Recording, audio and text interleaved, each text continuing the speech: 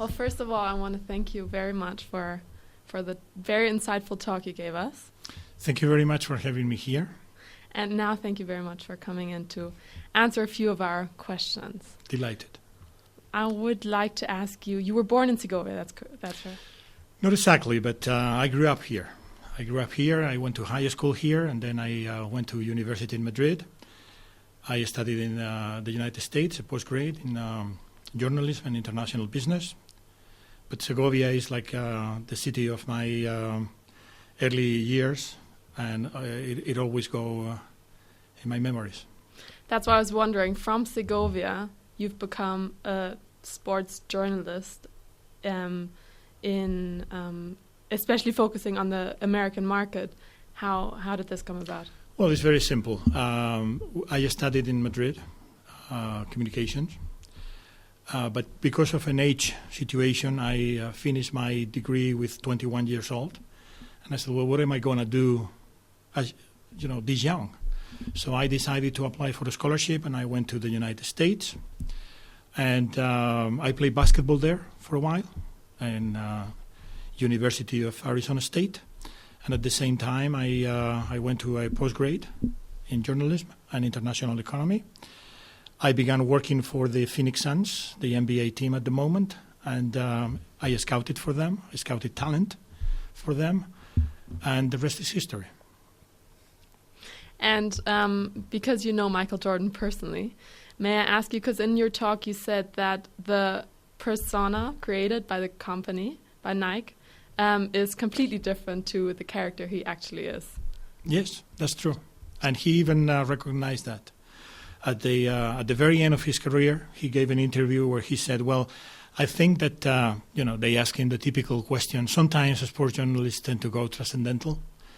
And apart from, the basketball court, the statistics, the points and the rebounds, they tend to ask these strong questions, about personality and about character and, beyond what is reasonable in sports journalism.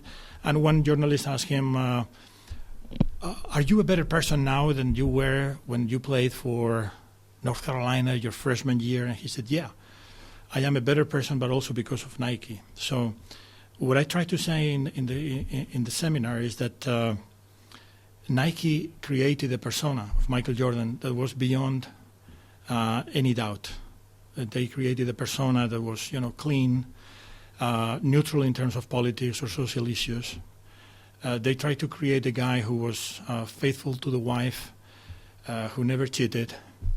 And in reality, Michael Jordan was human. I mean, he achieved a status of deity, but he was indeed human. Yeah, and like all humans, he had flaws, including that he was a cheater to the wife. He had gambling problems. He was not a very good teammate either. But, all in all, Michael Jordan was the ultimate competitor, a great sportsman, great basketball player. And I want to believe that now at 50, with a new relationship with a lady probably 25 years younger than him, he has found a new way to be a better Michael Jordan, a better person. How come these stories never came out? Because the media contributed also to the generation and the creation of this icon. And Nike and Jordan created a great partnership. But without the help of the media, of course, condescending and conniving with this, it would have been impossible to create this almost perfect image of Michael Jordan. So you ask a question as a young journalist who is eager to know the truth, which is great, but sometimes media is not as clean, as pure as you are. Yeah. And you talked about this almost like symbiotic relationship that Nike and Michael Jordan had with the media, first of all, in order to get this clean image out and in order to get Michael Jordan to this deity-like status that he has now. But do you think if, first of all, Nike and Michael Jordan hadn't cooperated so much, if they had not gone this very symbiotic route, do you think either of them separately from the other would have managed to be successful with the help of the media? Probably, but to a lesser degree. certainly. I don't know how to define it, but you're probably going to understand it. Wim Wenders, for example, cinematographer from Germany, he has had many movies. Some of them are boring, some of them are very good.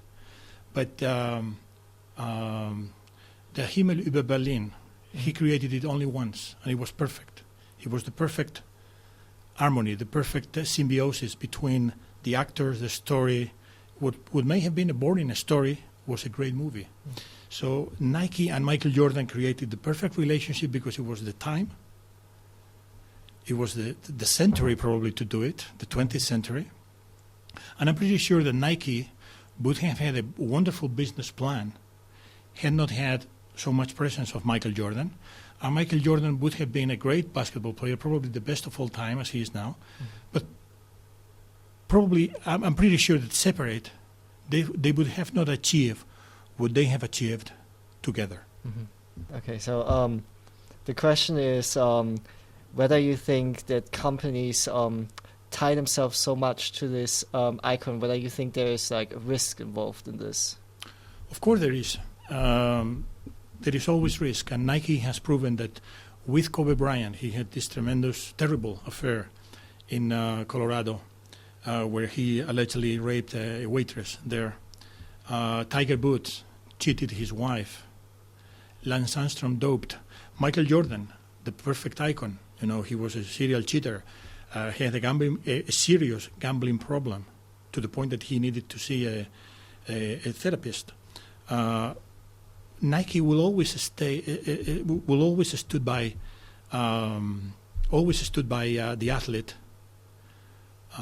as long as he doesn't cheat the sport. And what I mean by this is Kobe Bryant was unfaithful to the wife. Michael Jordan was unfaithful to the wife. A ludopath, if you want. Bad teammate. Not necessarily a good person or a good citizen. But he didn't cheat the sport. Neither did Tiger Woods.